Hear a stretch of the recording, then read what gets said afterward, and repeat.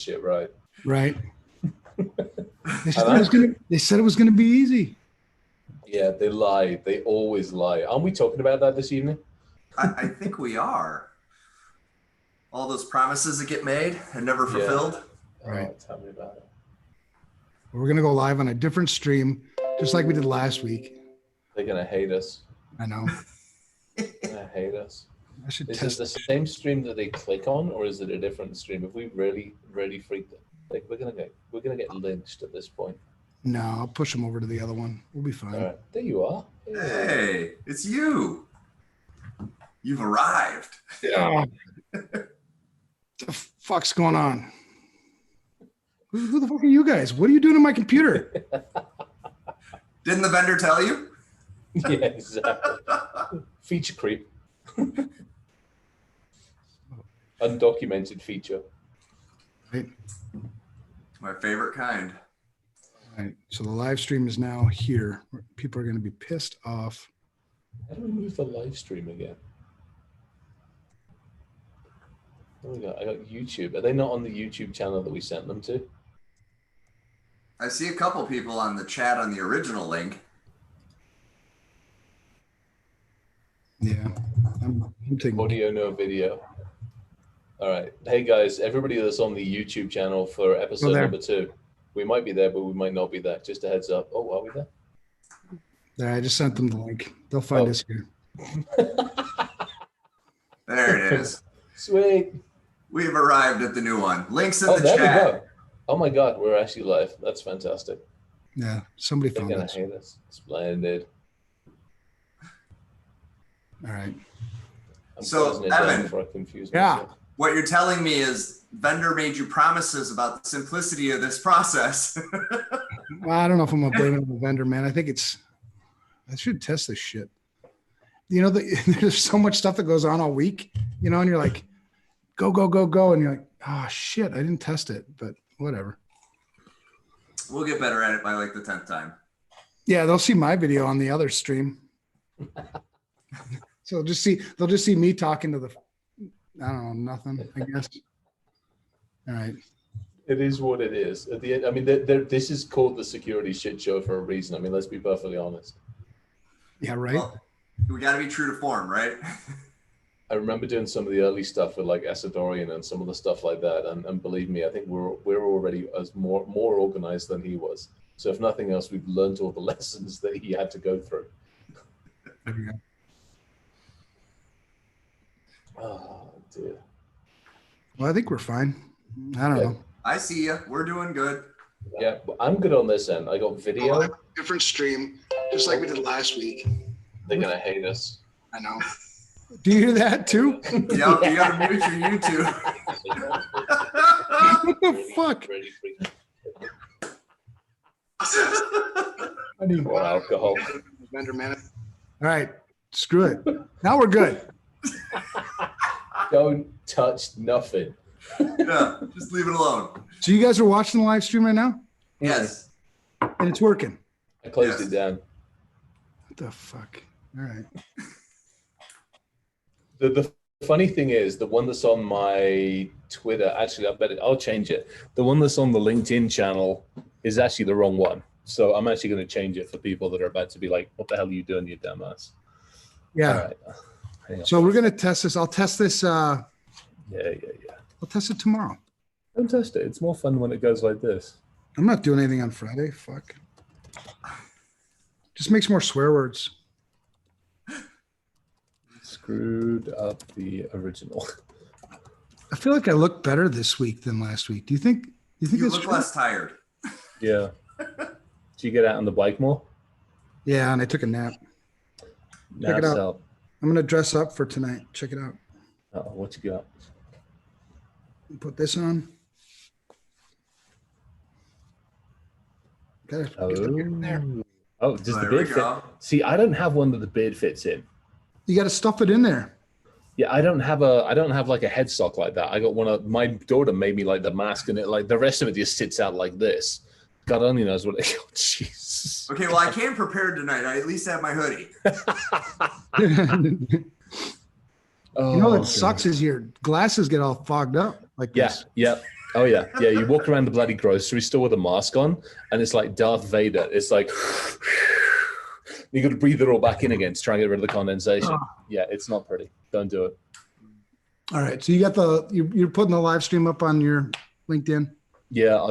It says video unavailable. What? What are you talking about? Hang on. It just said video unavailable. Hang on. Let me just try. Go here. All right. Well, that's the right one. Hang on. It says better video than the last episode. Somebody said. I don't know what the hell. What I just did. I'm going to update it and edit the stupid thing. Welcome to the Security Shit Show, episode number 2. It's going down. I promise we'll get this right one day. Ish. Edit. Oh, because dumbass here actually forgot to put half the YouTube link on the bloody thing. All right, should probably. That'll be my problem. Well, that'll teach folks for showing up late. Your video is good.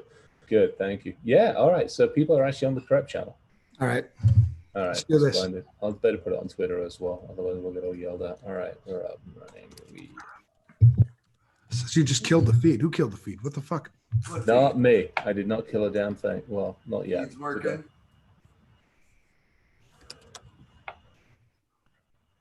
You know what? We'll just do it and see what happens. It's more fun that way.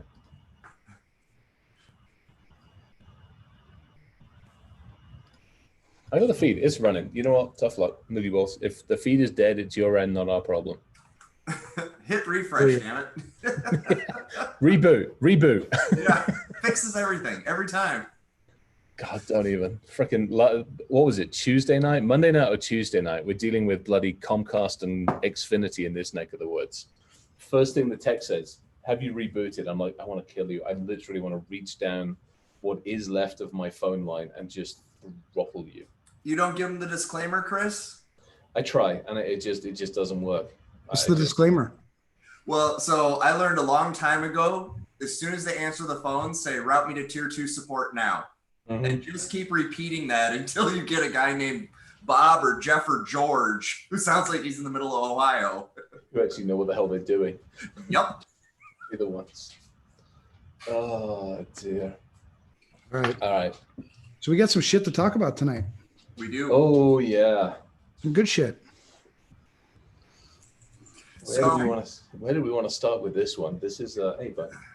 Well, originally I was thinking, when I first wrote this topic, silver bullet, easy button bullshit. I was thinking more from like the user perspective, but then you guys took it to the right place, I think, which was the marketing piece. There's just a lot of lazy security people. So I was kind of there. You guys took it over here. I think we can tackle this from both angles, right? I mean, there's plenty of shit to talk about on both sides. Yeah, I would agree. So let's talk about the marketing piece first, because that seems to be a part that gets people riled up. So Ryan and I were talking a little bit about. Hang on, I'm going to feed the dog, otherwise he's going to try and eat the rest of my leg. I already been fighting them for sausages and bacon this evening already.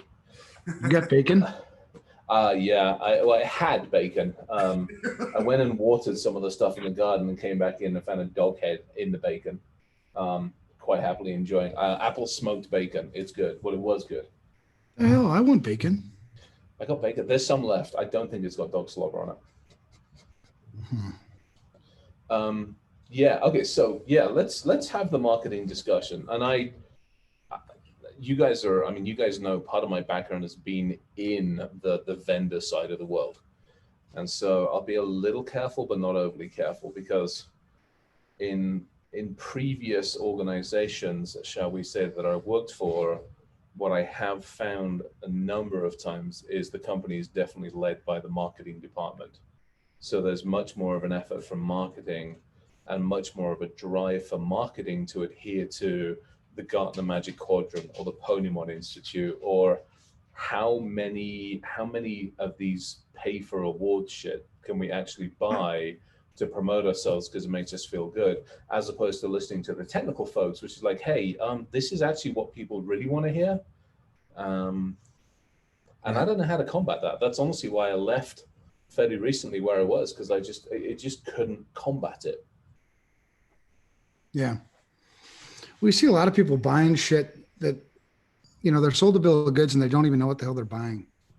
You know what I mean? I don't see that in any other industry as much as I see it in ours, where you buy something without really knowing what it does or how it works. We don't hold vendors accountable. We talked a little bit about that last week. But we buy shit, put it in our environment, and God knows if it's working or not.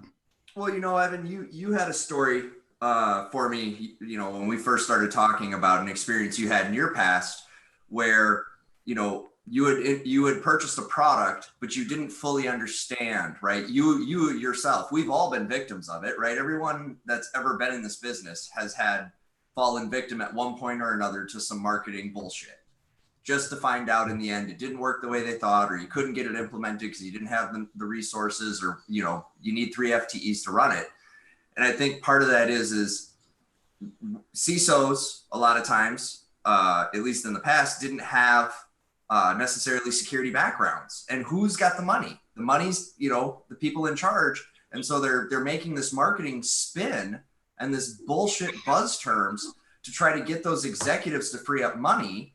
And the technical folks that are trying to help, because they speak what I call Techianese, nobody in the room really understands what they're yelling about or why they're yelling. So all they hear is problem, problem, problem. And the vendor's going solution, solution, solution. And people, unfortunately, even the hardest working people will try to find the easiest way to get the work done. Right. So I think that's part of the syndrome, I guess, is what I'm trying to say. The other thing I think that goes hand in hand with this one is if you think about it. So, we ran into this with threat intelligence space, with deception space and everything else. It's a new market. It was a new area. How do we get people excited about it? How do we get to tell people that we think it's actually useful? There's some logic to why we would do this. And how do you do it? Because let's face it, half the time as a technology person, we're not always good at speaking business language. Right. And so unfortunately, we have handed the control of the message over to people who are really good at getting the message out, but maybe not necessarily in the way that we want to do it. And then you're right, you end up with the buzzword side of the world. You end up, it literally is, but it's buzzword bingo at RSA. And then somebody latches onto a new word, or you have to create that marketing segment and create that buzz. And let's face it, if all 3 of us were doing exactly the same thing, you're going to want to stretch the truth a little bit. And I can take care of this. And, Evan's like, I can take care of that. And, by the way, I've got to cook into this. And, you go like, well, I've got this, and I've got it, and it'll do the washing up for you as well. And all of a sudden there's that nasty ass circle where I'm like, shit, his does the washing up as well. Mine will cook breakfast for you. Well, you have that. And I think you're also I'm starting to see non-security companies enter the market because they see dollars. So they've got an existing solution. Maybe they're a VAR or something like that. And they're like, oh, and we do cyber. Like I always tell people, don't do business with a company that ands, right? If it's, we do this, and we do security, run from them. Right? Because I don't want to do business with an and. I don't call a plumber who's like, yeah, I occasionally plumb, right? And plumb. Right? Like, wait. So you're a piano teacher, and a plumber?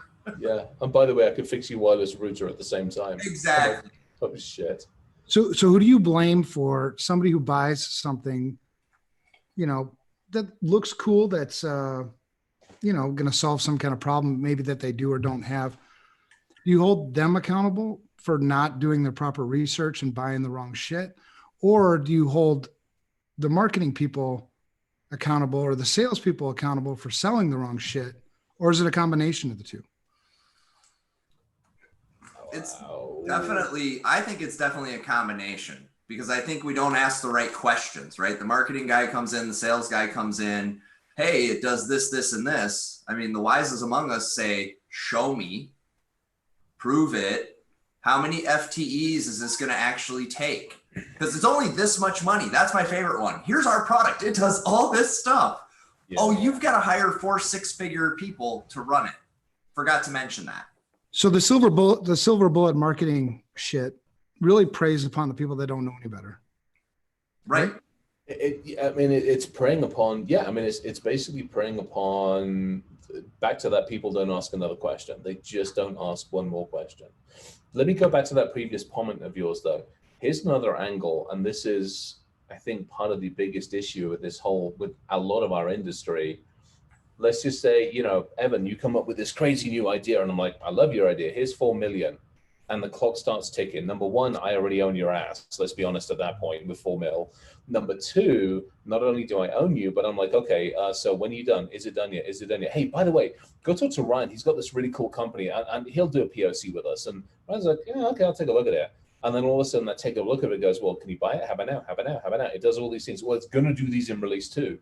And then the pressure is on because that 4 million has been, $1.5 million to 2 million has gotten spent on development if it's done properly.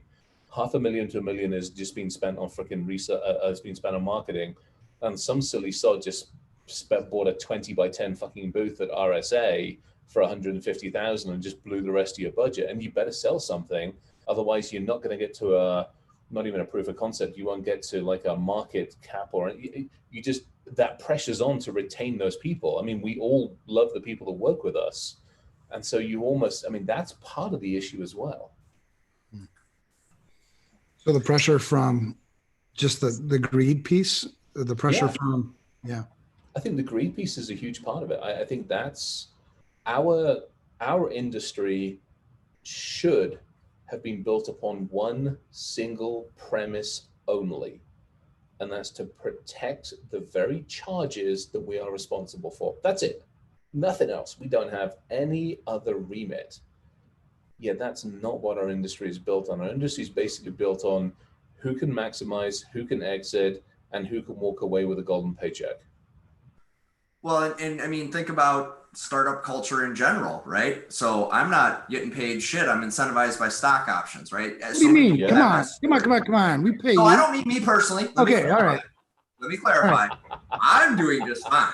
Okay. I'm happy with my situation. I mean that in the royal sense of I, right? The collective I. There's so many people that take on this startup situation where it's like a hope and a dream. And if I work 99 hours every, waking moment I can work, I'll get this huge payoff at the end when we sell this thing. Yeah. So I think that feeds that. I think, and then when they don't hit that first mark, then they go get that seed funding because I still got to eat. So I burned up all my own personal stuff and savings trying to do this. And now I need some seed money. I get some seed money. And then that tail just gets longer on the dragon. That's a big chunk of it. But even that, I would argue, again, I'll use Evan as the role model. I look at how he's built the organization he's built over the years.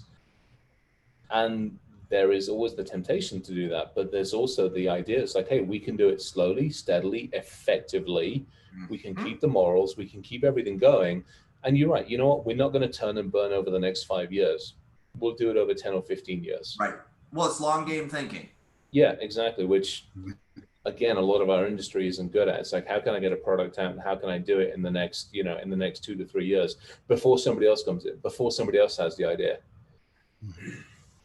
Yeah. And I mean, and I can tell you that that's genuine, right? At working, under Evan and in his organizations, I can absolutely attest to there's a higher quality of person and a higher quality of product because people are vested in more than the dollar, right?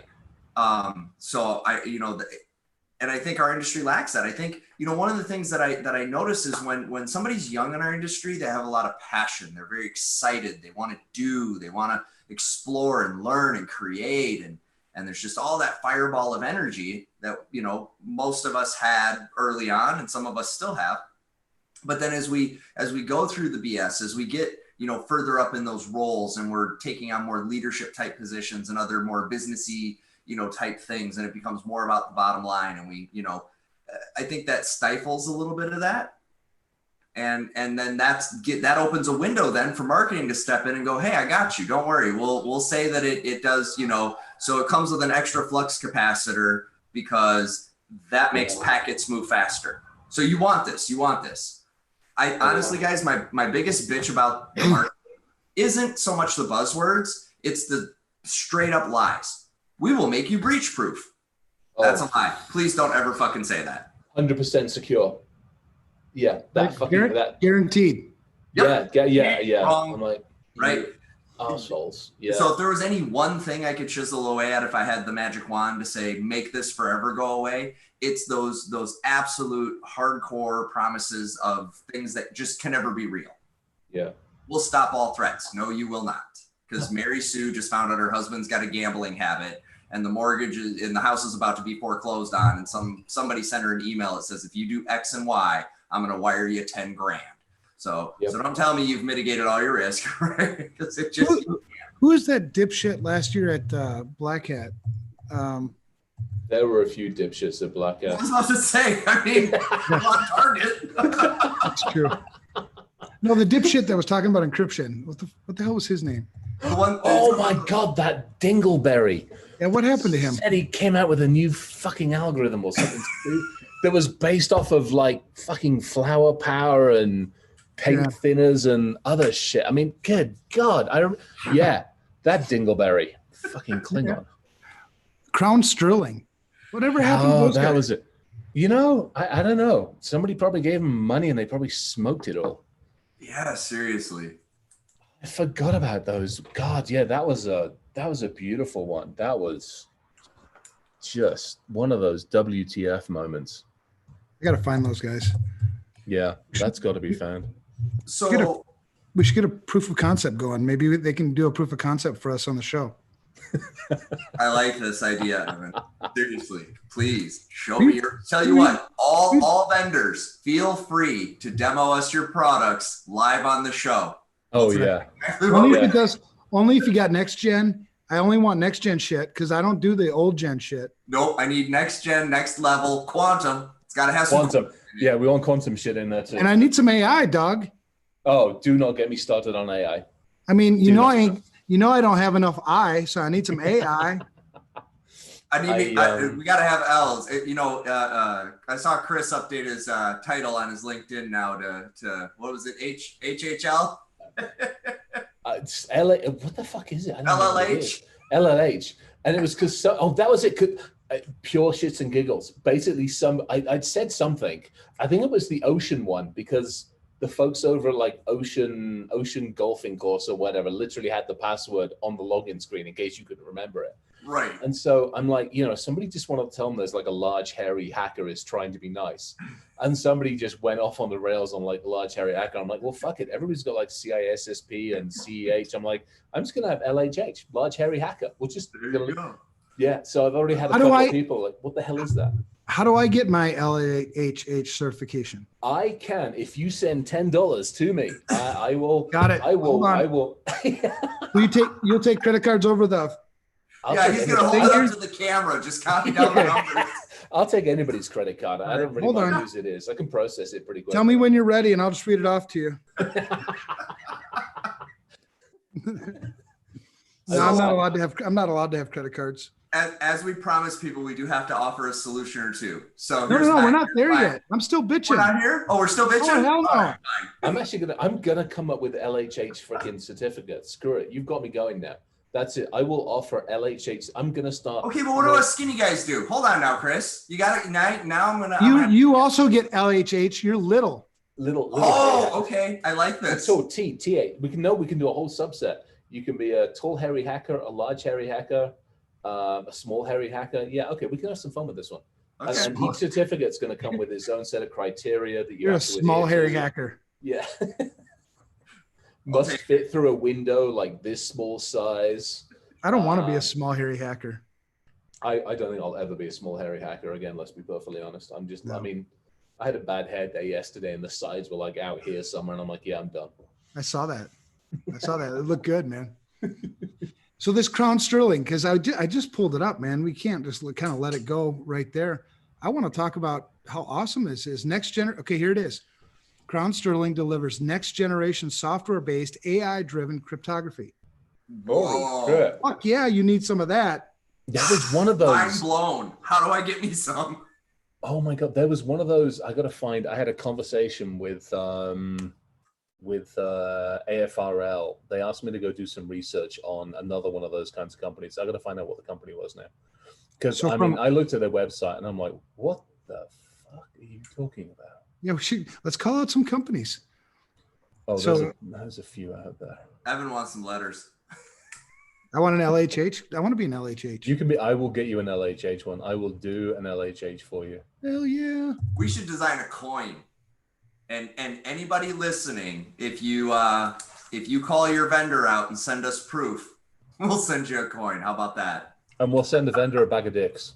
There we go. Even better. Yeah, print out some stuff so we can, talk about it.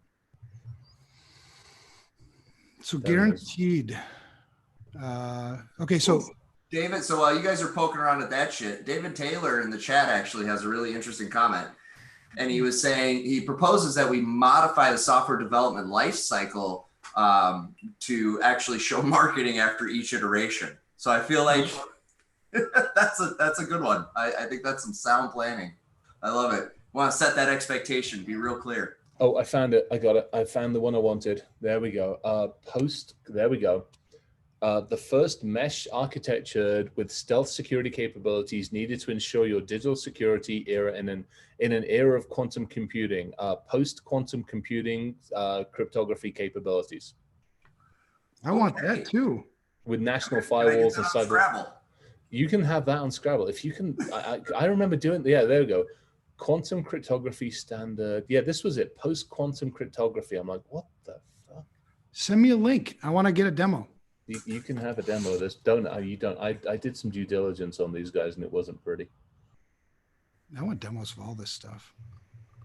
You mean when you actually tested the product, you found it to be lacking promises? No, there's no way that happened. How about we just go with wolf in sheep's clothing? Actually, no, it wasn't even that. It was a fucking, it was, no, it wasn't even that. It was lipstick on a pig. Is probably, actually, that's probably nice. It was lipstick on a pig. And that's actually doing a pig disservice. What the hell is post-quantum encryption? So there's actually logic behind it. So the whole concept, the whole quantum capability of eventually being able to break anything that's, from an encryption standpoint, if your encryption has the variable set that most current encryption can be broken by quantum architecture as beside now. There are post-quantum encryption capabilities. There's about 6 different variations that you can actually put together to get something that in theory should not be broken by a quantum-based architecture. Or you just use another quantum architecture to encrypt your stuff. There's actually a bunch of stuff that's out there that you can do to do post-quantum encryption. Damn. But not the way these guys were doing it. We'll just leave it at that. Yeah, so it's all the algorithms that are meant to be secure against quantum architecture. Now, here's the problem with this one. Half of the stuff that they're testing against is theoretical, because the quantum computing that's available now, IBM's actually got a really nice quantum computer that you can actually go out and rent space and time on. Mm-hmm. Well worth doing, like seriously a ton of fun to do. But the problem is it's only a 25 qubit computer, because anything more powerful, and they're still having a ton of issues with what's known as the noise ratio. Right. So there's some really funky, weird stuff going on. They've got a couple of hundreds running, but they're having some devil of a jam problems with actually distinguishing what's variables are good and bad and ugly based off of a whole bunch of stuff. Yeah, there's a whole bunch. There's like lattice-based, hash-based, and code-based, and like some super singular elliptical curve stuff that's really, really cool that in theory is quantum proof. So everybody that's running around and saying, oh shit, we're all screwed when quantum computing comes along. No, we're not. We just have to we change the rules. It's as simple as that. Right. Well, and there's some time of practicality before that's come on, people. God, I know. It's not here tomorrow. Sorry. They said, ooh, self-driving car.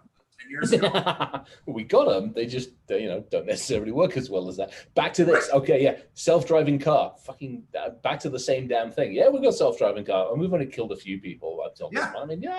It's okay. It's like the COVID thing. It's like, we'll only kill a few more people if everybody goes outside. We'll get it figured out. Yeah, eventually. But not in Minnesota, because LiDAR and snow don't like each other. Who doesn't what? LiDAR and snow. So LiDAR in a blizzard doesn't work as good as you would want it to. Oh, yeah, no, I bet. So you can actually, there's a very good friend of mine who is up in Detroit, and he built, and then I ran with the project afterwards, and we had a ton of fun. Ended up building LiDAR bombs. And we got two basically devices about the same size as a cigarette package, a little bit bigger than a cigarette package, basically a Hack 5 device. Completely modded the hell out of it with a couple of extra antennas and some different tuning up to about 6.5, 7 gigahertz. And you can actually, with the math algorithm, you can replay a variable of the LiDAR signal and either put a wall there or take a wall away. Much fun to be had.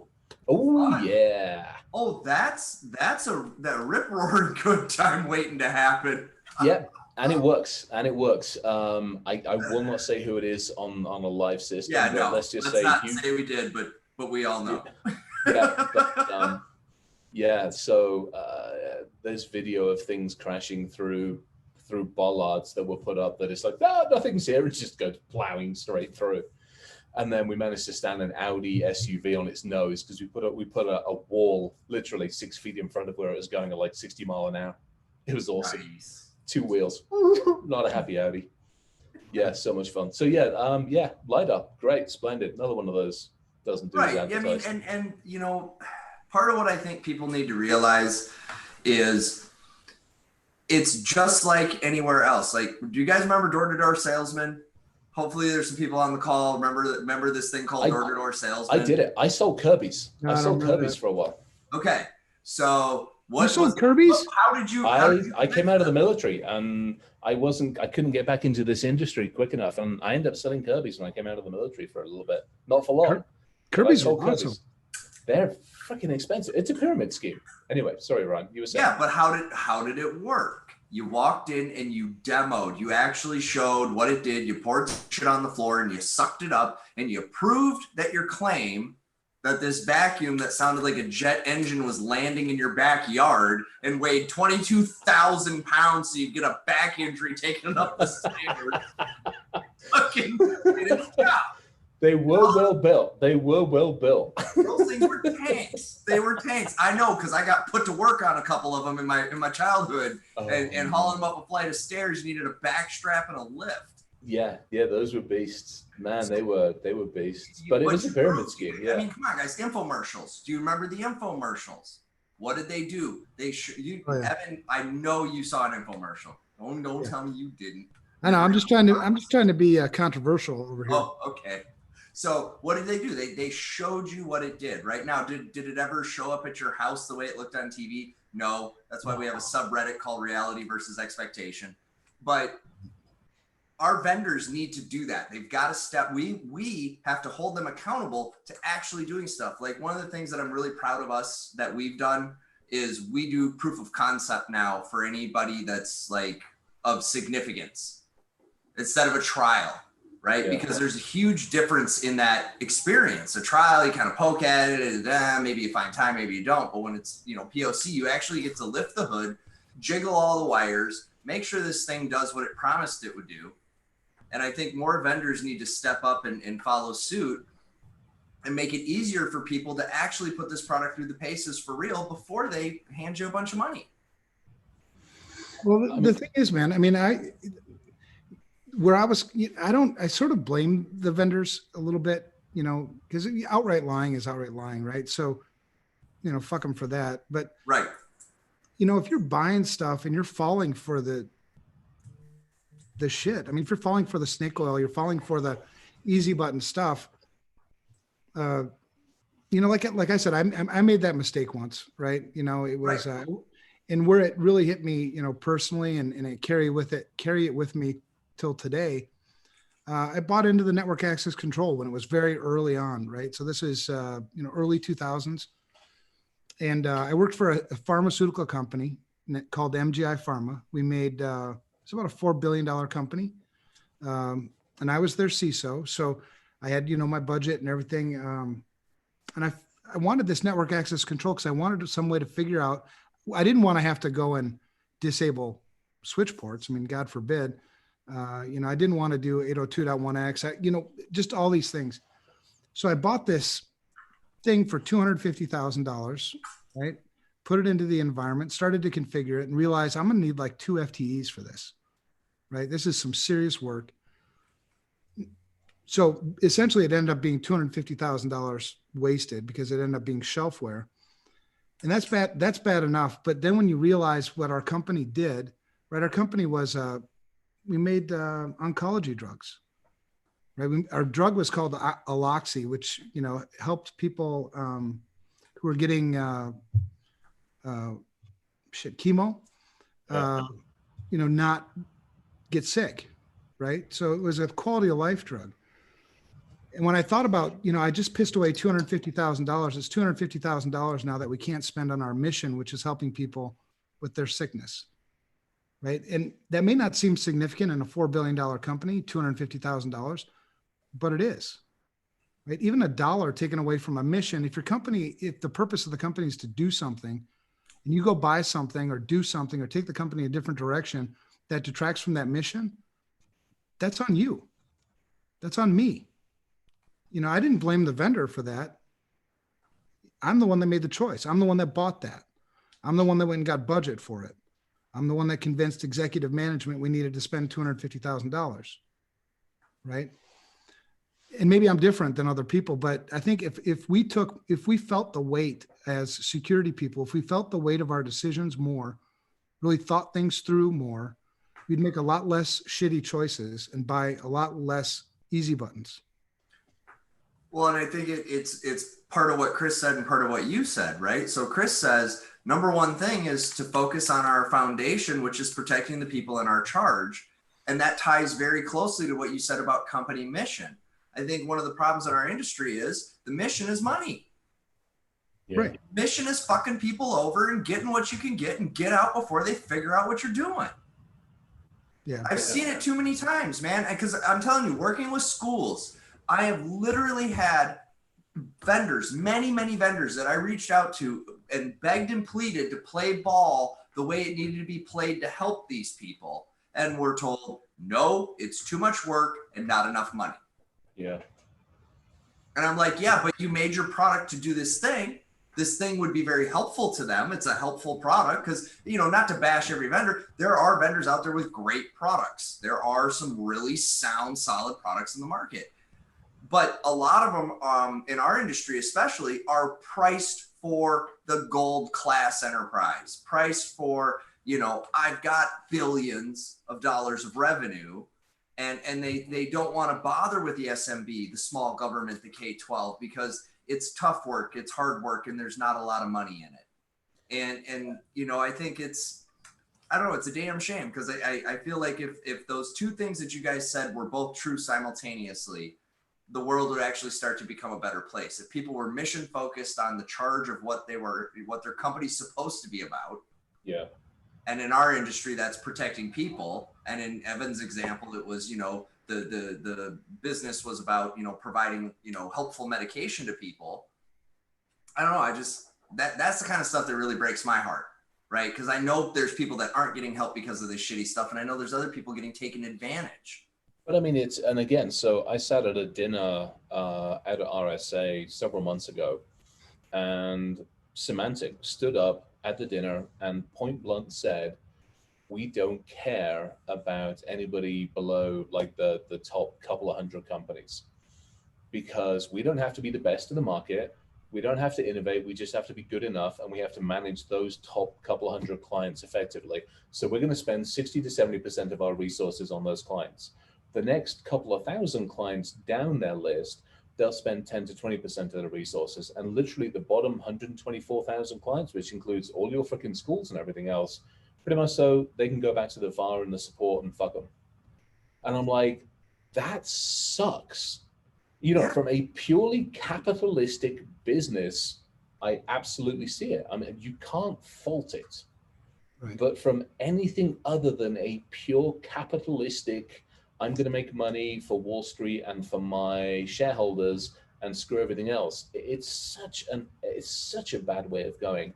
I mean, it just sucks. And I don't know how we change that. I just don't know how we change that.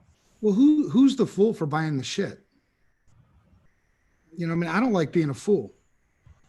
You know, so, you know, you see that a lot in our industry too. I mean, some of us, you know, that have been around for a while, we're sort of old timers. We understand.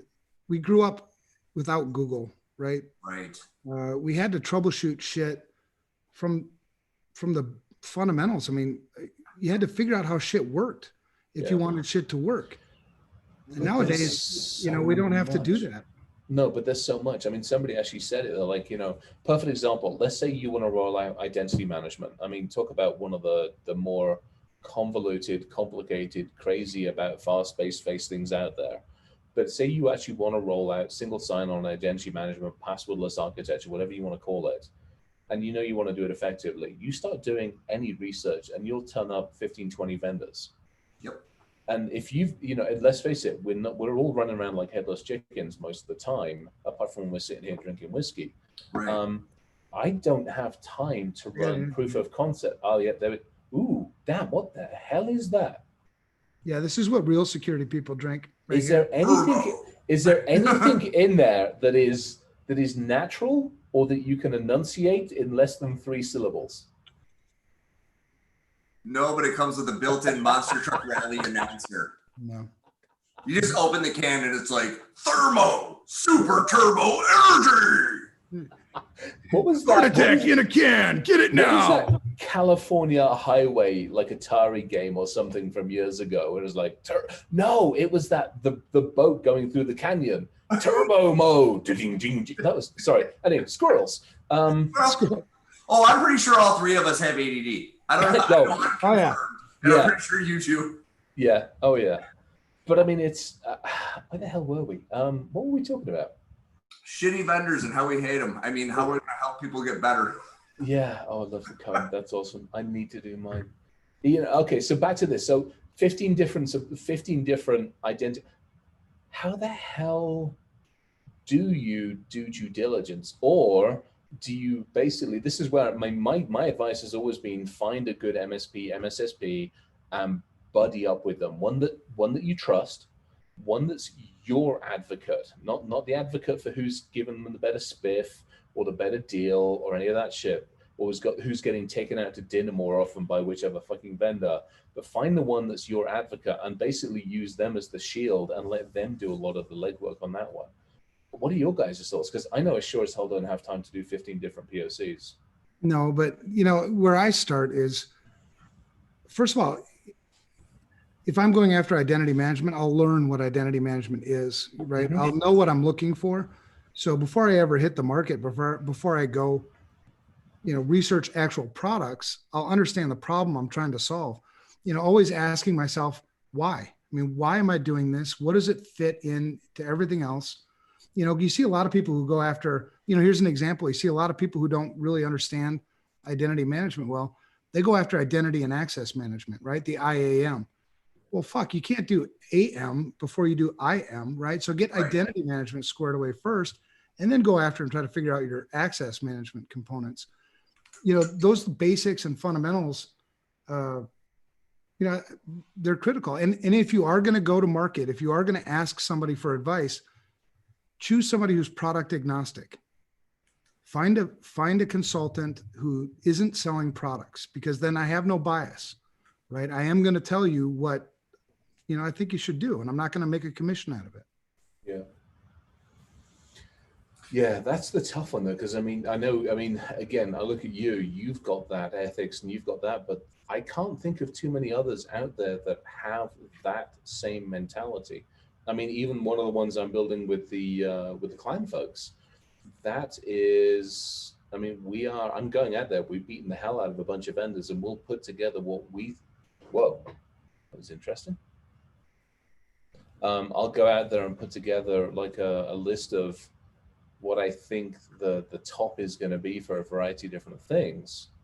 But, you know, there's definitely more stuff out there. So it is one of those where it's like, that's tough. There's not many of those out there. So I don't know what the hell you do. And again, you don't want to trust what the vendor says. Who's got the independent view? You know, and the problem with that, Chris, is, you know, that was what Gartner was supposed to be. Yeah, it's supposed right? to. Yeah, I mean, good point. You know, and that's what pisses me off, right? Because the idea was there was supposed to be this independent body, if you will, that took an objective look, not a pay-to-play look, because I can buy myself into any one of them corners I want to be in, guaranteed. Yeah.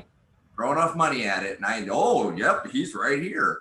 What does he sell? Flaming shit. but he's right here. Don't worry. You want it. It's the top emerging tech or whatever category, pay to play awards. I was talking to some PR people about that pay to play award crap. And it's just not as appealing. Like the problem is we don't have an independent body willing to take a claim because there's no commission in a claim. There's no, Gartner is making their money off their conferences. They're making their money off their reports. And I'm not bashing them. There's plenty of thoughtful information, but what gets pushed up to the top, what gets kind of promoted up is always, tied back to some kind of pay to play. And it goes back to question asking. It goes back to risk. Look, motherfucker, you want me to put my trust in your product? What have you? Hey, this show is PG, man. What the hell? Yeah. Right? Yeah. What have you done? Like, seriously, and you can hear the passion I have for this because it irritates me to no end when they come in with the hoodwinking and the promises and the this and this and this, when they might actually have a pretty half decent product. But you got to be transparent with people and you got to be willing to do that. So I don't know that there's a good answer outside of we've got to do a better job before we buy stuff. We've got to kick tires. We've got to ask tough questions. And for fuck's sake, read your contract. Know what's in your terms of service in your SLA. And if you can't articulate it to my grandma, read it again until you can. Well, and I don't understand why we're always uphill, right? Why are we always in such a rush to buy shit all the time? Slow the fuck down a little bit. The world's not going to end tomorrow if you don't get your IAM squared away. You have time to learn. You have time to read. And I understand you have to report to management and do all these other things. And there's pressure on you, but slow down a minute.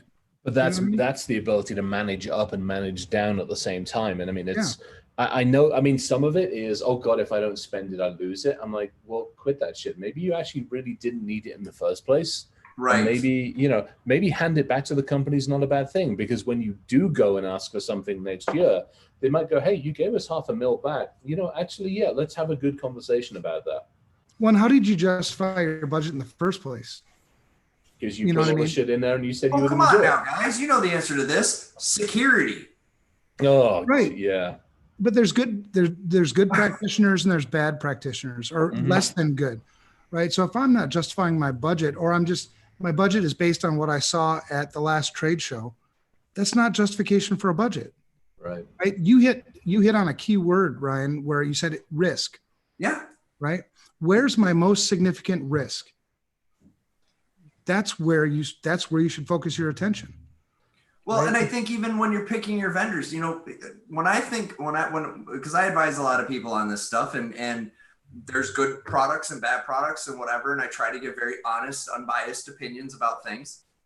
But when I'm looking at a vendor, believe it or not, I look at things like ethics, morals. I look at supportability. I look at, how much skin do they have in the game with you? What's in those terms of service? And believe it or not, while this vendor may provide a more kludgy set of functionality, their terms of service show that they've got more skin in the game. I'm going to recommend that vendor over a vendor with less kludgy technology, but less skin in the game, because the users I represent need people that are willing to be there when they need to be there, willing to provide support when it needs to happen, and not charge them $1 gajillion for some new spin-off project.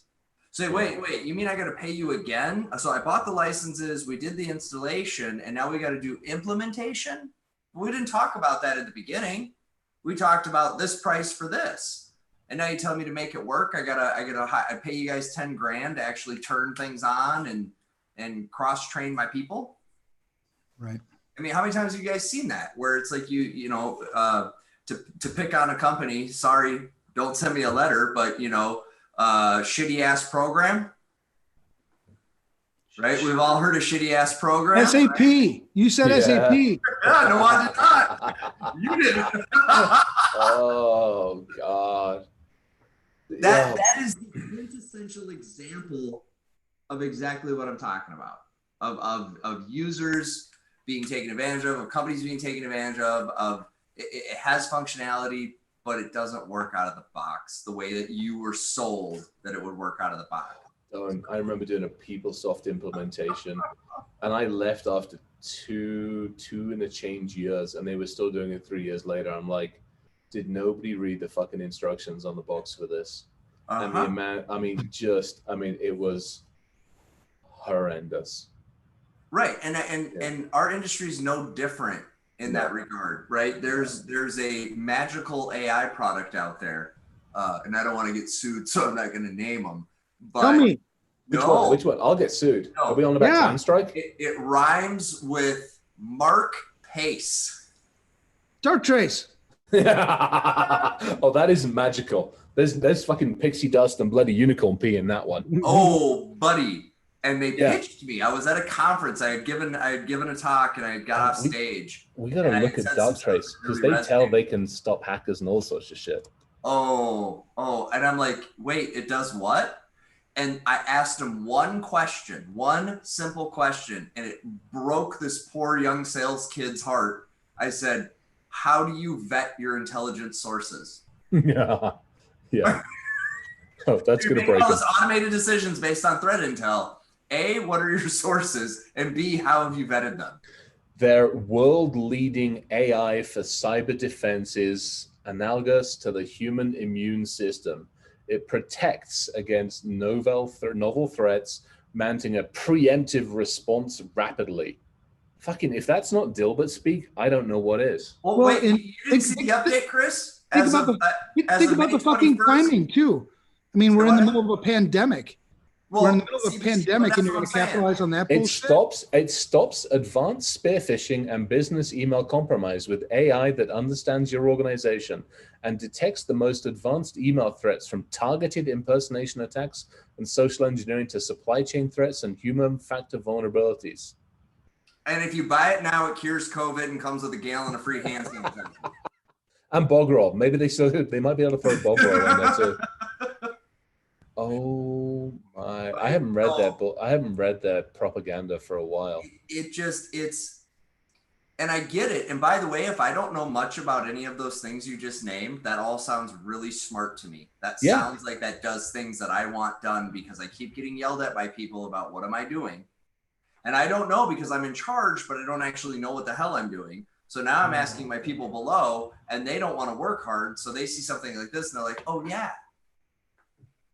But then you spend 6 months suppressing false positives and find out that it's just, intrusion detection on steroids. Right. But it's not even that. I always, the way I look at this, and again, cards on the table, I'm working with an AI organization, but our job is to hold this kind of crap feet to the fire, and then to start putting some metrics around what actually is intelligence in an environment, in an architecture. I mean, the guys over Eclipse, the guys over Eclipse are doing a freaking amazing job. And so part of it's just building this framework to hold this kind of shit accountable. Because when you start digging under the covers on this one, and you start asking, to your point, your questions, how often are you updating? What are you doing? What are you using? What are your metrics? So really, it's nothing more than just some fuzzy systemic searching that you've got running on basically a neural cluster, and you're calling that artificial intelligence. Honestly, AI to me, when it wakes up in the morning, demands a cup of tea, refuses to get out of bed, tells you that you smell, that's when I'll actually believe you've got AI. Until then, it's marketing bullshit, and it's nothing more than just some clever programming language. Well, it's all it is stacked models on top of models. It's all, at the end of the day, it's all statistical models built on ML, stacked and weaved together to try to give some bullshit projection. Yeah, it's cyber is like the human body. Oh God, help us! I just want to. Oh yeah, no, I thought that was it's an immune system. Trust me, and I'm telling you, free face covers. Sign up now. Just think if Crown Sterling joins up with Dart Trace. Ooh. Can we throw CrowdStrike in there for the Plan Strike in there for the additive, so we get everything from email, endpoint. I mean, we're protected at that point.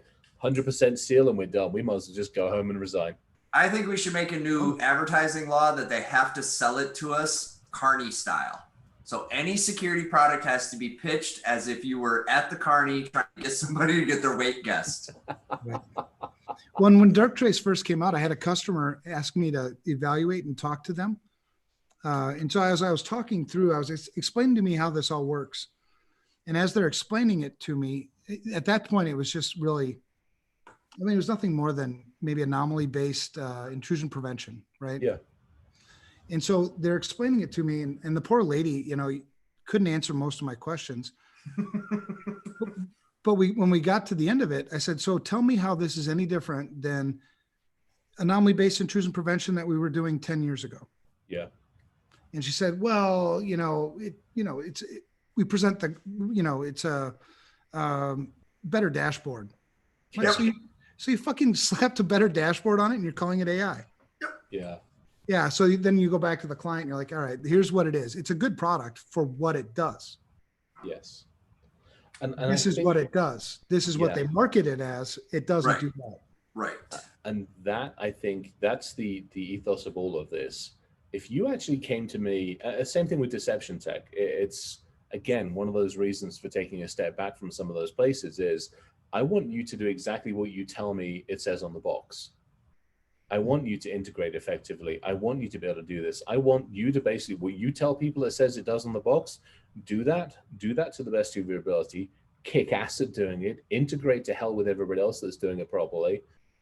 And then maybe we'll have a conversation about what the future roadmap looks like. But until you do what it says on the box, shut the fuck up and just get on. That's all I want. Stop lying to me and telling me what the VCs are telling you they want to see on the box in 10 years time or some of that shit. Right. Right. Well, so now what do we do? So in terms of like things we can do to help, right? We're not going to get the marketing people to change. Nope. Right. I mean, and I can't blame them. If your motivation is to make as much money as you possibly can, that's what you're going to do.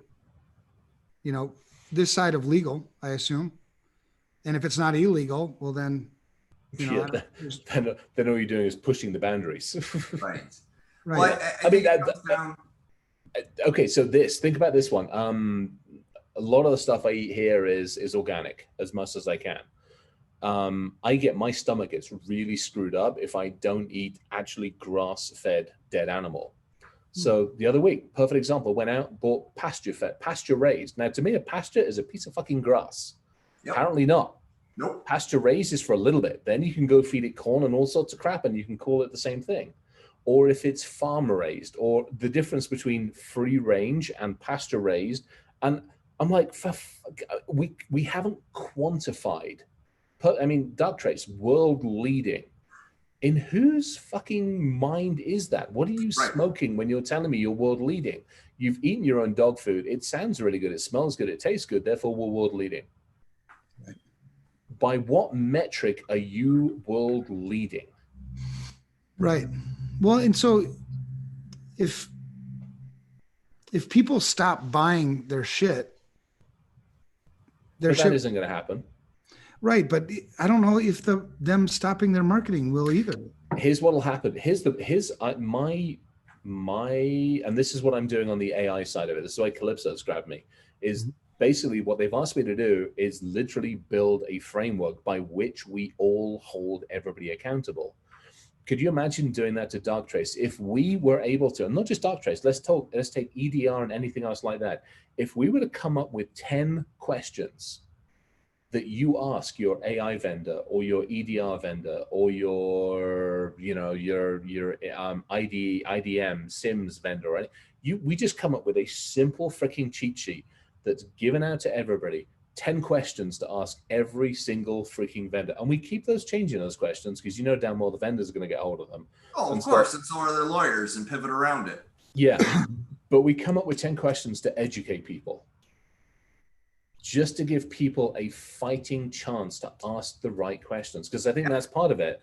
We, the sarcastic bastards of this industry, let's be honest, tend to know what to look for. We know when to call bullshit. But I'd argue 90% of the people out there, especially the SMBs who, let's face it, if they're being sold to, are getting taken advantage half the time. They don't have the right questions to ask. And that's everything from the leadership. I mean, I literally want to go stand outside the Moscone at RSA with a 40,000 stack of questions to ask every single vendor inside. and just hand them out to people. Here, I'll do it with you. Let's go. Yeah, I'm in. Count me in. But I honestly think, we talk about how we beat the crap out of people. Then how do we fix it? I think the only way to fix it is to actually educate and arm. It's basically, how do we get the masses to rise up? We do that by getting them to ask the right questions and by holding people accountable. Well, and for any vendor that wants to listen to this and think that, we're not willing to help you guys, step up, be transparent. If you're willing to be transparent, I guarantee you, if you're doing the right things for the right reasons, you're looking at a group of people that will support you, that will talk well of you, because we understand we're all in this together, but we've got to work together to do what we're all here to do, which is make sure the world doesn't implode on itself because somebody jacked up my power grid or crashed my airplane or sent my Lego shipment to some other freaking country because they redirected GPS on the boat, right? Just saying, Chris. Just saying. That was a jab right there. I'll take it. I'll take it because I've done it. I'll take it because I've done it. That was the tip of the cap. But yeah, it's that's the fucking reality that we live in. We've got hospitals getting ransomware. We've got vaccine trials being toyed with. We have got more stuff going on right now than anybody's stomach can handle if the truth was to be told. And that, and that's the other curse of our industry for another day is, the we don't talk about what really goes on. And boy, it's got to make it to the news before anybody finds out. Because let me tell you, if the average person knew how things are really going on, boy, there'd be an uprising real quick overnight to say, nope, that comes to a stop today. So I think it's twofold. I think it's vendors. You've got to be willing to do a better job. I'll tell you what, right now, I'll make this statement. Any vendor that improves the quality of their transparency has increased themselves as a competitive differentiator. Yeah, I wholeheartedly agree. You are transparent about how your stuff works and why it works and what it doesn't do. Okay? That's key. Yeah, what it doesn't do is key. Yeah. If you can do that, I guarantee you're going to see an increase in your competitive advantage because people are waking up, especially those of us that are practitioners, and we're tired of this crap. Okay. And eventually the CISOs are either going to be us or they're going to listen to us. Eventually the executive leadership's getting swapped out for a younger generation that's already tech savvy. So your clock's ticking. Well, tech savvy, but they're still shortcut. Well, that's, the younger generation needs a lot of shepherding, right? It's easier for me to fool somebody who's younger than it is somebody who's older and wiser. The younger generation's all over fucking Snapchat and TikTok, despite the fact it tracks your every move, fart, and bowel movement, for God's sakes. But they're going to be in seats of power. So it's on guys like us to reach out and reach in and try to set a good tone, right? I mean, here's a question. That's a whole nother episode. And here's a good question. And this is actually, I'm seeing a little bit of this go in the feeds. I stood up on stage earlier this year, and I change my talks every year. I just wipe all the old ones out. I stood up on stage and said Thanos was right. He wiped out half the population. And I actually agree with him, because the other half of the population for a short period of time will go, one, oh shit, what do we need to change? And secondly, we'll go, yay, it wasn't us. But as humans, the problem is in a couple of years' time, we'll forget that. Thanos literally needs to come back here every 5 years, snap his freaking fingers, and wipe half of us out again. And it honestly feels the only time we actually take action and we care is when we kill people. I know. And it's sad and it's true. And I was talking to this person, and I'm not going to mention them, because I don't know if they want to be mentioned, but you and I both know this person, and she tests medical equipment. Yeah, I know who you mean. Yeah. And she has yet to test a piece of medical equipment that she can't make behave in a manner other than you would want it to. No, and that's it. I mean, this is the problem, I think, with our industry, and it's a huge one. And this is what pisses me off. We heard about accountability on this one. I sell you a piece of software. I sell you antivirus, Endpoint. I send you CloudStrike, and I sell you Darktrace. Yep. 3 months later, you get your ass handed to you. You get breached, all of your shit's taken. That's today's reality. Tomorrow's reality is you're in charge of a healthcare facility. And this is really what still is today's.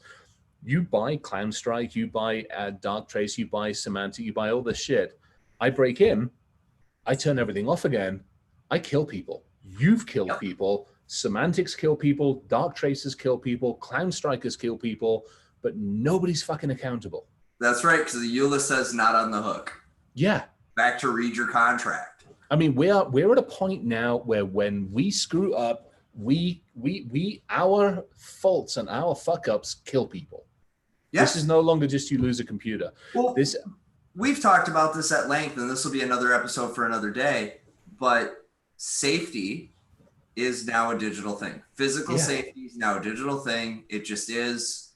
It hasn't fully hit you yet, but give it 5, 8, 10 more years of people installing Bluetooth locks on the house, and that was the BBC did an amazing thing on literally your current home devices being used for mental abuse and physical and mental abuse. And I mean, I read that and I'm like, holy shit. And it's totally right. We're at that point, and this is because it isn't just us. It's us with the developers, with the entire industry. We have so much power, yet we don't have the control over it. Right. Well, and the end user is just, and this goes back to something Evan and I talk about all the time, risk. The user doesn't know their risk. I told you the story last week. I had a buddy uninstall his Alexa because, hey, there's a risk to this. Here, let me tell it something. Oh, you didn't like that. Oh, you didn't want that in your home, right? So I think it's part of it is we've got to get the average consumer, because who's the average consumer? Well, it turns out at the end of the day, they're executives at companies. They're people that are making decisions to approve budgets. They're people, right? And if they knew to ask one question, before saying yes to the IT guy that maybe is trying to get, maybe he's just overwhelmed and needs the help and he thinks the product's going to work, or maybe whatever. But before that person says, the fact of the matter is, I mean, the fact of the matter is too, it doesn't just affect you, right? Your shitty security affects me. 100%. I'm on the same internet you are, and I'm on the same internet as everybody else. And frankly, I'm tired of everybody drunk driving the wrong direction. Yeah, that's a really good freaking way of putting. That's a really good way of putting it. But we talked about medical devices. Do you guys remember Barnaby Jack? Oh yeah, like seriously, yeah, yes. Yeah, a little moment of silence for that guy, man. He was awesome, but Barnaby Jack. But I think that is, I think honestly, the only way we're going to change things is literally standing outside of Black Hat, RSA, and DEF CON and handing out something. Here are 10 questions to ask the EDR vendors. Here's 10 to ask the deception vendors. Here's 10 for the AI vendors. Here's 10 for the freaking, identity management vendors. And I can't think. I mean, literally short of taking a few marketing people out and putting concrete Wellingtons on and dropping them in the nearest lake or river. Don't do that publicly, because now you just gave away my plans, man. No, hold on, wait. In all defense, wait a second. I know some marketing people and I love them. They'll say whatever I tell them. Right, and you see what I'm saying? Like, there's good marketing people, just like there's good cops, bad cops. Well, and even still, what's their job? Their job is to make whatever we told them, because they don't know where do they go? They go to us. We have some meeting. They say, tell me how this product works. And we say, tech vomit. And they pick up a few key phrases, and then that's what winds up in the flyer. Yeah, I yes and no. I'm not disagreeing. And then don't get me wrong, they hype it, they spin it, they go, ooh, we got really good. We did this LinkedIn post that used these terms, and we saw this huge followership. So we're gonna dial in on that, and we're gonna push that. I get that happens. Yeah, and that's having just come out of a marketing abuse relationship, should we say? That's the way to put it. Best way I can put it, to be honest. Nicest way I can put it. But having just come out of that, you're right. There's good ones that I think, again, we need to take time to educate. Yep. But there's also some that the concrete Wellingtons in whatever nearest river or fucking lake is. And that's where I think your idea of these questions has legs. And that's where I think I kind of think that isn't this just part of risk management? Isn't doing due diligence on product selection just part of? Well, that's why this isn't just a one, it's got to come from both sides, right? Yes, we have to do a much better job of holding the marketing people accountable for selling shit that doesn't do what it says it's going to do. But we also have to do a much better job of educating security people. You know, security people are the ones oftentimes that are making these decisions, that are justifying budgets, cutting the checks. And I don't think a lot of times they even know what the hell it does. Okay, caveat on that one. How much business in our industry is done on the golf course by executives being taken out for steak dinners? Yeah. Shit. Yeah, that's the problem. So either we bomb the golf courses, yeah, bomb the fucking golf courses, or, you know, again, we have to educate. We don't just have to educate ourselves in marketing. We have to educate up the food chain and down the food chain, depending upon which way you want to look at the food chain. Oh, you mean this famous conversation? Jeff, I was golfing with my friend Bill, and he said he's got this thing. I need you to jump on the phone with him. And yeah, motherfucker, I'm gonna kill him. Yeah, that'd be the one. Hey, yeah, can you just make the details work? I'm like, yeah, whatever you guys need to do to make that work out, because we really want to move this direction. Yeah. Yeah. I hate golf courses. I live on one and I hate them. Waste of fucking space. No golf here. But I think so, guys, just to kind of recap what I've heard as an overarching theme, it is about questioning. Yeah. It's about deeper questioning of marketing, questioning of what does this product do, questioning of ourselves. Do I even understand this topic well enough to make an informed decision about what I'm hearing? Like, I think there's a bit of that, right? Yeah, man. It's almost like, it's easy to point fingers, right? But taking accountability for the decisions that you make. I mean, I understand that there are deals that are made with executives on golf courses and shit like that. But, you know, as a CISO, I take a lot of pride in my work, man. You know what I mean? I'm not going to just misspend dollars. The best CISOs understand two things. They understand where they're going to spend their next information security dollar, meaning where it's going to have the most impact in their environment. They also understand how to put risk into context, right? And so if you don't understand those things, get educated, learn those things, because you have to feel the weight of the decisions you're making. You know, if I'm a CISO at a healthcare organization, I need to feel the weight that the decisions I'm making affect the people that walk in that door to get treatment every day. It's their information. It's not mine. Yeah. It's not the executives. It's theirs. So am I serving them well? I mean, I just feel like it's got to be both sides of this equation, man. I think Ian Amit and Chris Nickerson and a couple of the guys are running like that CISO forums and stuff like that. I love that initiative because they're actually going out there and doing the best they can to educate the CISOs, again, to ask the right questions. And I think that'll get us part of the way. But I'll go back to the fact I am happy to print off 40,000 sets of questions for every single person coming in and out of fucking Moscone next year for here's the questions to ask your vendor. I'll hang out with you and do that. Yeah. Why don't we just get a booth? And that's our giveaway. Some swag that matters. Why don't we just do a booth and that'll be our swag? Here's your vendor questionnaire. And if you bring them back complete, we'll give you a free book. I'll pay for it. I like that. I'll go in on that one. I like that. That's actually, yeah, you know what? I like that. I really freaking like that. No, that's... And you know they're going to want to come talk to us anyway. So we might yeah, exactly. I mean, we're going to have an audience. It'll be fun to do. I do like something like that. Yeah, I wonder. Because if we stand out front, they're going to have security come hassle us. But if we've got a booth, I can give away whatever I want. Well, I mean, security knows me there anyway half the time because I got escorted. I turned up with the old plague mask, and they weren't very happy with that. They didn't take too kindly to that apparently. Although it's another one of those I'm in the right column jobs. You mean when you got the email a week after you got back telling you you'd been exposed? Yeah, that'd be the one. Yay, lucky for me. Thanks, yeah, guys. there were 9,000 people in that city that were exposed when we were there. It was just, but yeah, I think, yeah, you're right. Security would probably come up. We'd figure something. We'd just take over. We'll print it on a fly swatter. Oh God, we need something though. But Or yeah, one of those literally. little fishing rods, right? We can watch people jump up and down for them. Fuck. Okay, wait, I got it, guys. Here it is. We're gonna get the cash booth, but instead of money, it'll be the forms. Nobody want to go in there. That's work. We'll do it like we do tracks in Christianity. When one side we'll print $1, and on the other side we'll have the checklist. Right.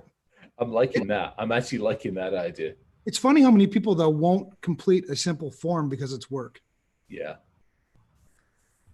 I'd say we can make it electronic, but I don't want to go down that route. I really don't. I want paper forms that somebody can actually hand. And if they don't like the answers, they can roll them up and fly swat somebody upside the head. Like the vendor doesn't answer the question properly. I mean, that would actually be fun because you know damn well if we could get enough people to run past, like Darktrace and everybody else would be like, everybody would come up and they'd be like, oh, fuck, it's another one of those questionnaires. Mm-hmm. Yeah. But I do think we need to do something like that, you know, that some way of getting people to actually ask the right questions. You know, it comes down to training. Same thing with end user training. Mm-hmm. Just simple things to ask somebody who's doing it. How are you doing it? What do you you're right, whether you throw the ethics stuff in there as well, but there's got to be that. That's just personal choice. I don't like working with greasy people. So, well, let me ask you this. If I was, you know, a listener or somebody watching and I said, give me one piece of advice on what I should do before I spend any money, what is it?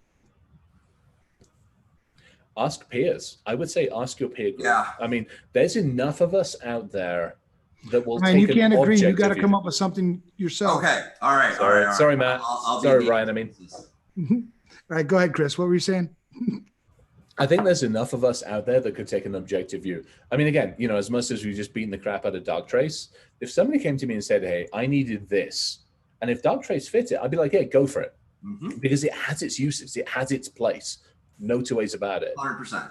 Yeah. But if somebody said, hey, I needed this and this, I'd be like, okay, go talk to this, and this company. And by the way, I know the guys there. Let's actually get you an intro and do that. We all, not just us, but there's enough of us in the industry that have those types of connections, I think, these days.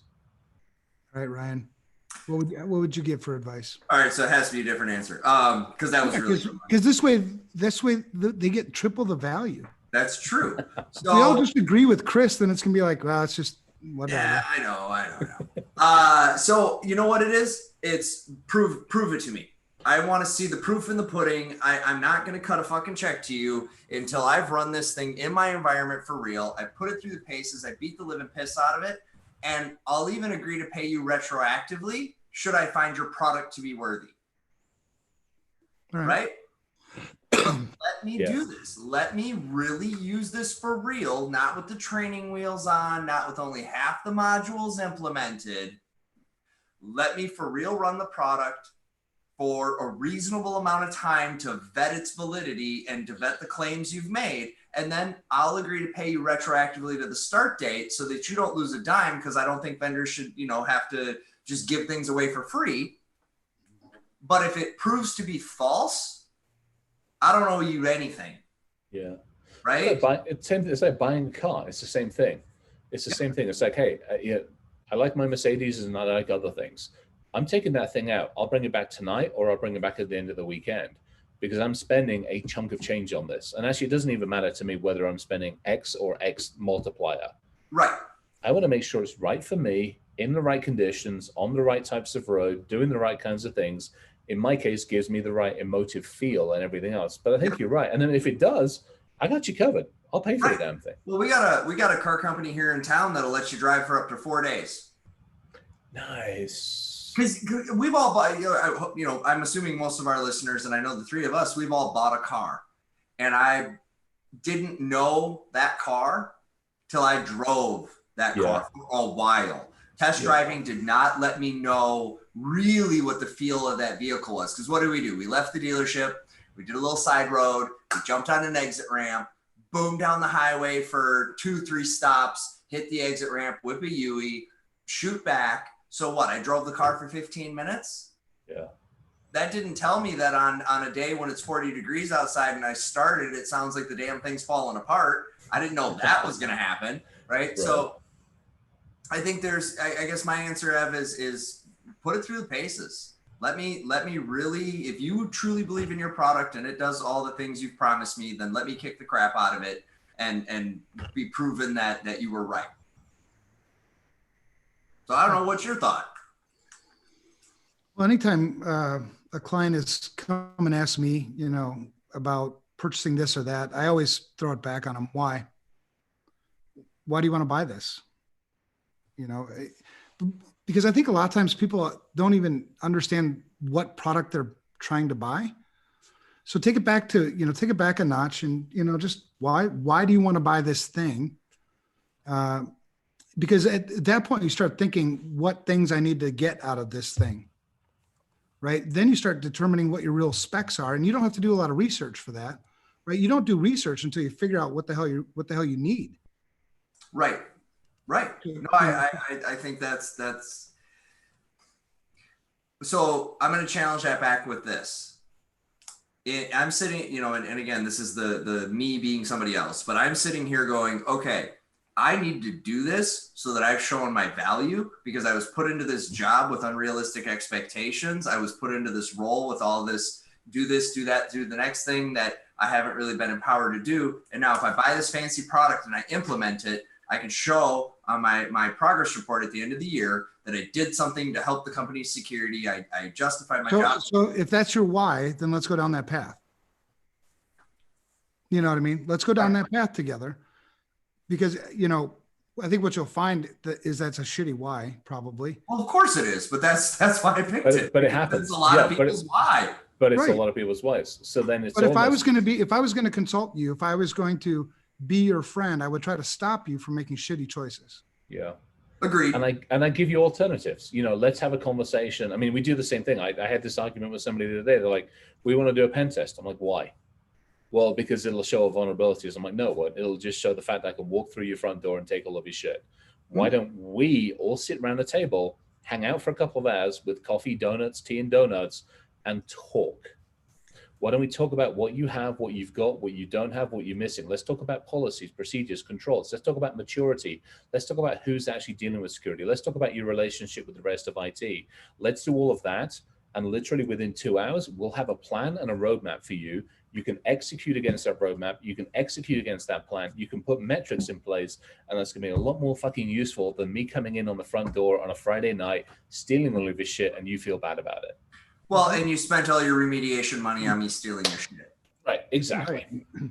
Right. And you haven't made anything better. Yeah. Asking for a pen test when you're in immature organizations, like asking for a white glove inspection 2 minutes after the frat party wrapped.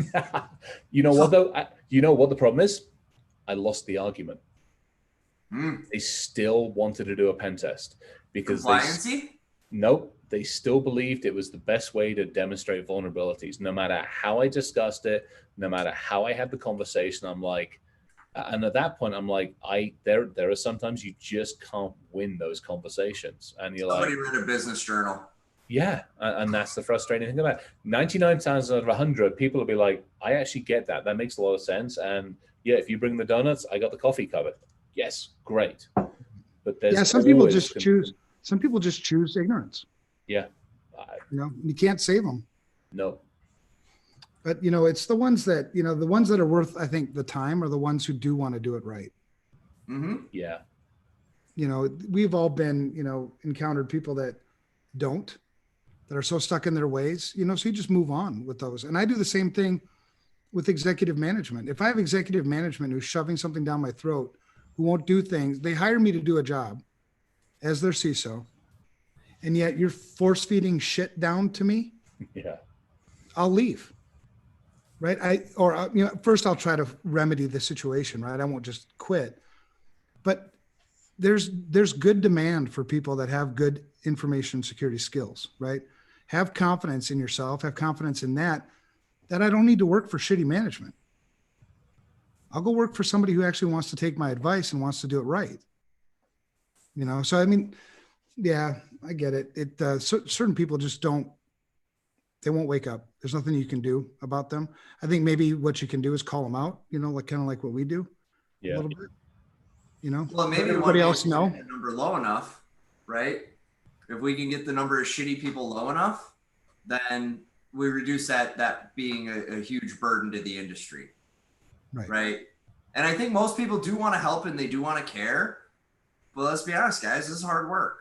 This is hard work. And if you're anywhere near in the game, you're learning so much every single day. You're keeping up with all this onslaught of never ending change. And I just haven't met a whole lot of people that are equipped for that. That's why I gravitate so strongly to you guys, because I know that's part of your core makeup. Mm-hmm. Same with myself, right? I'm always learning something. There's never enough for me to know, and I never know enough about anything. But I think a lot of people wind up in roles through, hey, we need somebody to do security. Jeff, you've created an Active Directory group, right? Yeah. You did it like twice, right? Yeah. Cool. So Jeff's our new security expert. He's going to take care of everything. Right. Right. And I think the smaller orgs are plagued by that. So they get a Jeff or Joe Blow up the street that runs the townie computer repair shop / managed service crap. And he's, meeting minimum standards. I don't know. Sorry, Cody just put, so let me get this straight. Both Ryan and Chris want to get rid of people. Yeah, I got no problem. I want better people. No, I want to get rid of them. Thin the herd. Seriously. That last moment. Fucking kill half of them off and be done with it. It'll teach the other half a lesson for about 10 minutes. My attorney advised me not to agree with Chris on that. So Ryan and Chris are affirmative on this. No. My attorney. No. It's already been called out, dude. On this point. It's in the chat transcript. It's already there. Cody, I want to be clear. My lawyer says no. So Ryan's got the cement mixer out back. We're in good shape. So Ryan, pro tip, just keep your damn mouth shut. If I knew how to do that, it would. No. I'm kidding.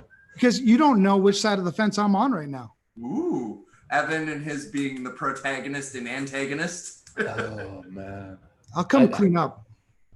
No, but I think, go. Guys, it does come down to we got to have a checklist. I think that the two things that I've heard most is have some kind of set of questions that's standardized and agreed upon, and then start asking those questions. Vendors want to make money. If you ask questions they don't have answers to, they're going to find ways to come up with answers. And if you check their answers for truthfulness, there we go. Yeah. I would just never go to a vendor to try to get any kind of fucking research. You know what I mean? I would never go to a vendor unless I knew what the fuck I was going to buy. Yeah, but it's so hard these days to find research that isn't funded. Yeah, and that's so. I am actually going to disagree on that one. And here's my logic on this one.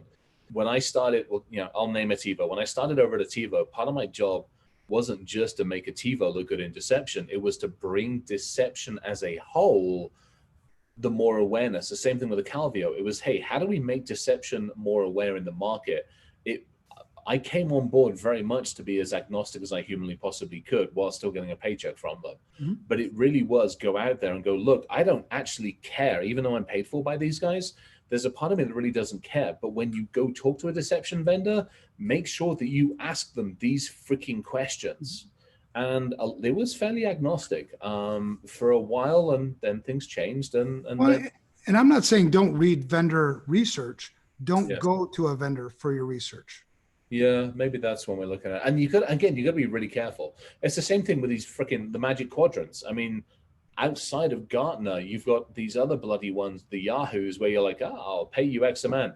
And they'll go and do their research. And you're right, you end up in that top freaking quadrant because you're good, you're innovative or whatever. I'm like, you just paid them 5, 10, 15 grand for a Gartner light, basically.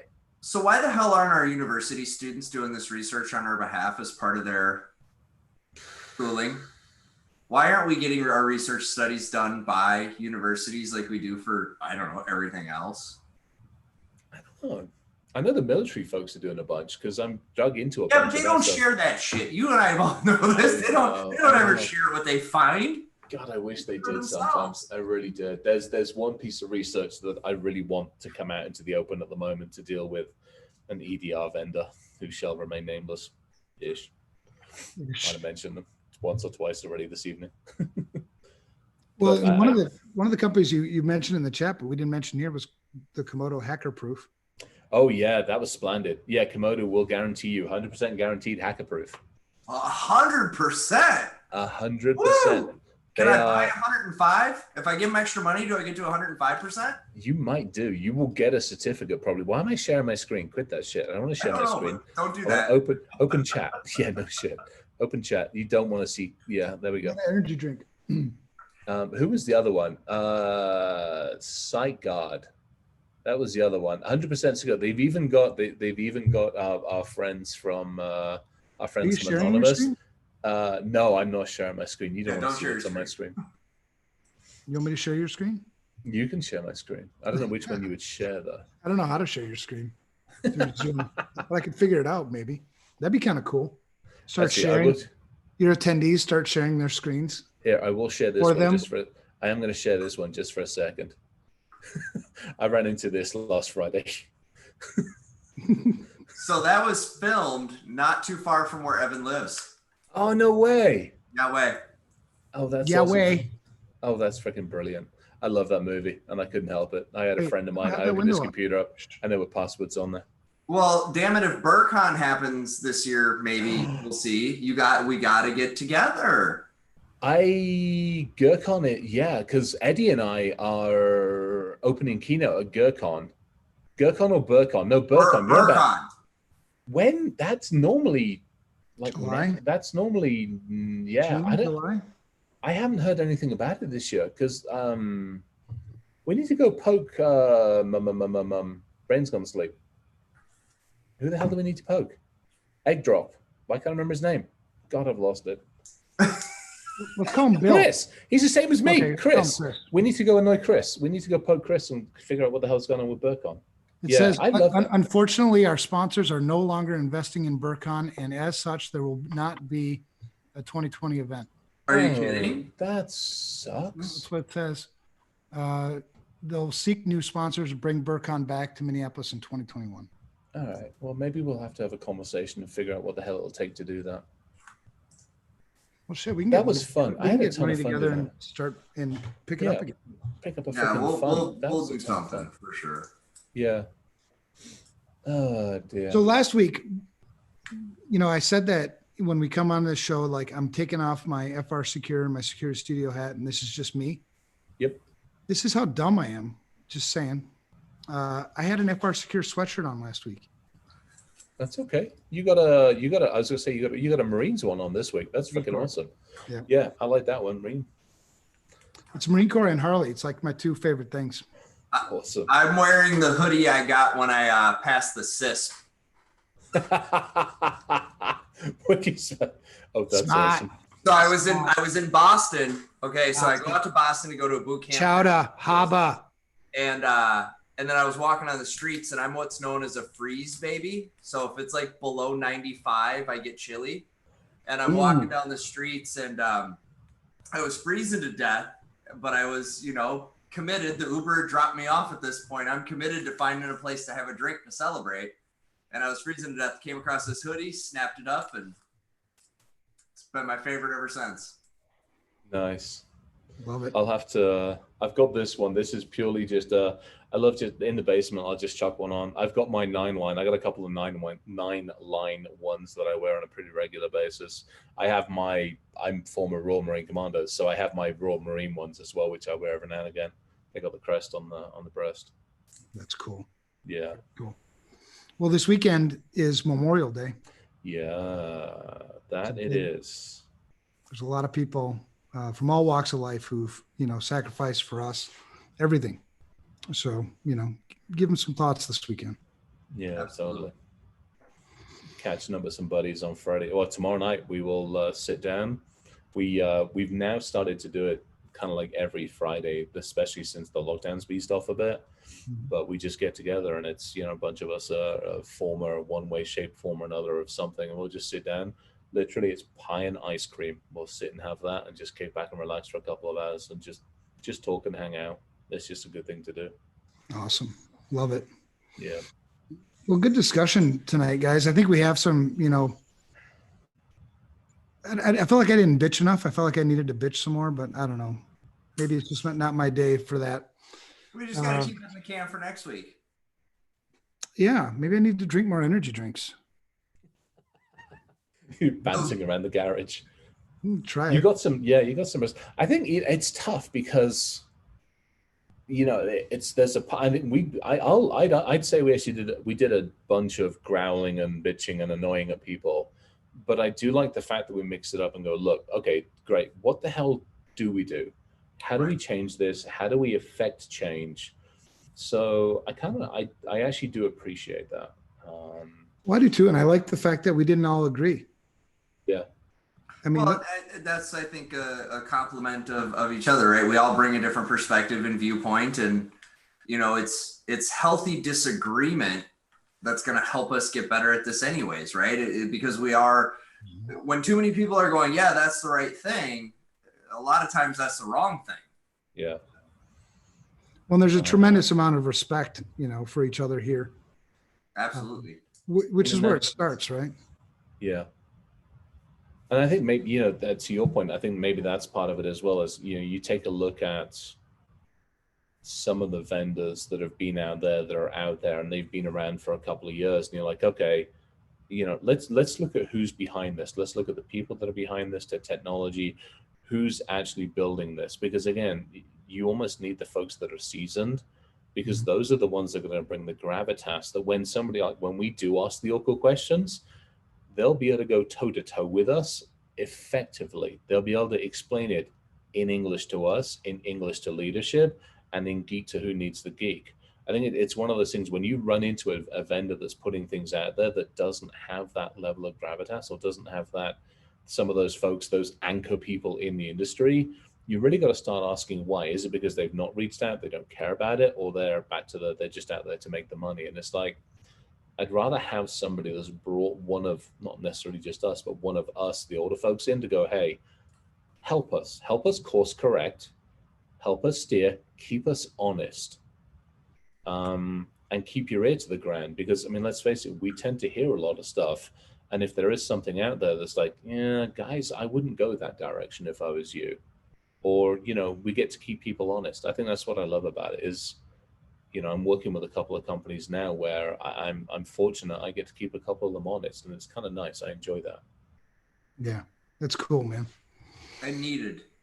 Yeah, we need more of us. I mean, that's what I'm loving about having this is the interactions on LinkedIn. When we post about this on LinkedIn, some of those interactions are fantastic, because it's really nice to see that there's others in the industry. I mean, I know we've got the core three here. There was another comment that was on one of the LinkedIn threads that was like, yeah, we're doing something similar over here with another person. I'm like, this is cool. And Paul does the same kind of thing to some degree with his stuff. And I think it's going to take more of us. It'll take more voices, more conversations like this. And eventually we almost all need to somehow gravitate towards like a core of us to go, hey, how do we try to keep the industry more honest?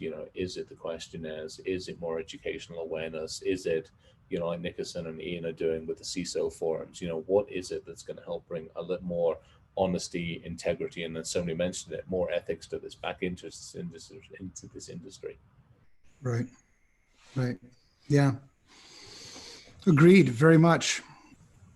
All right. Well, next week, or Ryan, it's your topic. All right, I'm gonna put some thought into that. I'll pick a one that gets you all fired up. Yeah, bring some. Oh yeah. Well, I think I blew my. It sounds weird, but I think I blew my wad earlier when you and I were talking. Man, we were talking before I took my nap. I was like, "Fuck, I got to take a nap before this talk before we get on today." And I was fired up. Slinging F words all over the place. I mean, I was pissed off. We'll skip our one-on-ones on Thursdays so that you can keep it in the can. Yeah, man. I mean, no talking before this. I took up like a fighter before a fight. I can't talk about security before I do the show. No. I had the reins for this one. There were a few effing blinds on this one, so I'll take a back seat on this next one. I'll episode number 3. I'll sit there and I'll have a drink and giggle. No. I love listening to you talk, man. That's one of the cool things for me. This is very therapeutic for me. It gives me lots of things to think about. You know what I mean? You guys bring up some good things that you know, from different perspectives that I'm not thinking. So I learned a shitload. You know, that's the thing. Ryan, you and I were talking about this before, you know, in our one-on-one today. Just the you never learn it all, right? No way. No way. No chance. Not these days. Don't tell me no you way did, these days. because it's an instant loss of respect. If you come to me and you're like, I'm an expert in, and I'm like, really? Because that came out 10 minutes ago. So I don't think so. Try again. Yeah.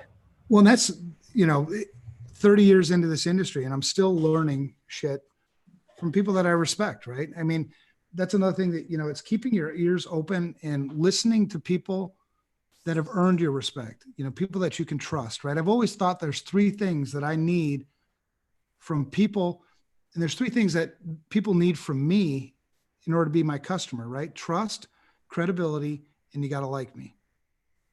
If you trust me and I'm credible, meaning I got some chops, I've done some shit, and I'm not a dick, there's a chance.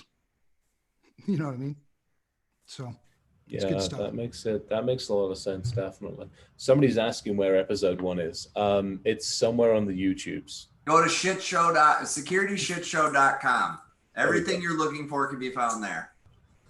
Right. Episode 1. All right. Yeah. And that's my takeaway from today too. Holy shit. I got to get this fucking live streaming figured out. I'm pissed off.